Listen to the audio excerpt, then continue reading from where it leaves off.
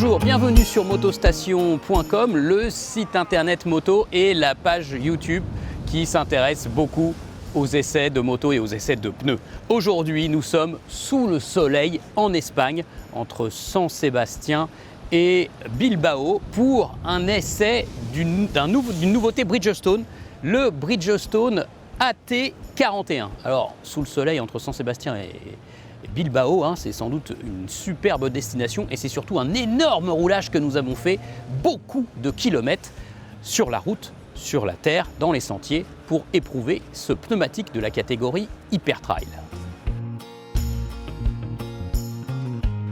Alors le Bridgestone AT41 pour Adventure Trail, vous l'aurez compris, est une variante en fait du pneumatique Bridgestone A41 qui lui a une typologie très route. C'est presque un pneu 100% route pour un gros trail.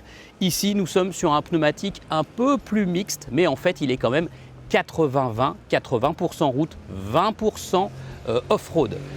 On remarque évidemment un dessin très typé, beaucoup de sculptures, beaucoup de pavés, et donc grâce à cela on comprend la notion d'aventure de la catégorie, la notion de off-road dans ce pneumatique. Mais c'est bel et bien un pneu route avec une forme de sculpture typée off-road, mais il s'aventure, mais c'est plutôt un pneu qui se destine à un usage quotidien et sur la route. Alors sur ce pneumatique, c'est un pneumatique premium, première ligne haut de gamme, nouveauté de Bridgestone de l'année 2022. On a donc énormément travaillé sur les sculptures avec des gros pavés et des entailles disposées de façon très régulière tout le long du pneumatique, à l'avant comme à l'arrière. Le but de cette sculpture, c'est notamment d'évacuer un maximum d'eau. Et vous voyez derrière moi, il y a la mer, oui, il y a beaucoup d'eau. Malheureusement, lors de notre essai, nous n'avons pas pu tester le pneumatique sur le mouillé. Un tout petit peu de séchant, d'humidité au matin lors du premier jour, lors de notre départ. Mais sinon, pas de test sur le mouillé, alors qu'il progresse énormément et qu'il évacue normalement beaucoup d'eau. Il faudra refaire peut-être un test à ce niveau. En revanche, il y a souvent des pneumatiques ainsi sculptés qui dégagent beaucoup de bruit, qui font beaucoup de bruit. Le Bridgestone AT41 est relativement silencieux, en fait il est aussi silencieux qu'un pneumatique trail typé route. Donc ça c'est plutôt un bon travail. Attention, ça peut varier quand même d'une moto à l'autre. Il faut noter aussi le travail sur la gomme de ce pneumatique. C'est un bigomme à l'arrière, donc 3 LC on appelle ça chez Bridgestone, donc c'est plus tendre sur les bords et c'est renforcé au centre pour assurer une meilleure durée de vie. Le pneu avant est monogomme et ce n'est pas la même chimie du pneu que le pneu arrière. Le but bien sûr est de chauffer et de monter vite en température et bien sûr d'être efficace sur selon toutes les températures et tous les types de météo. Alors ça, ce qu'on a pu voir, bien sûr, la montée en température, ici il a fait chaud lors de cet essai, mais dès qu'on repartait, pneu chaud évidemment il était très efficace, mais le matin aussi il a été tout de suite une très très bonne mise en action.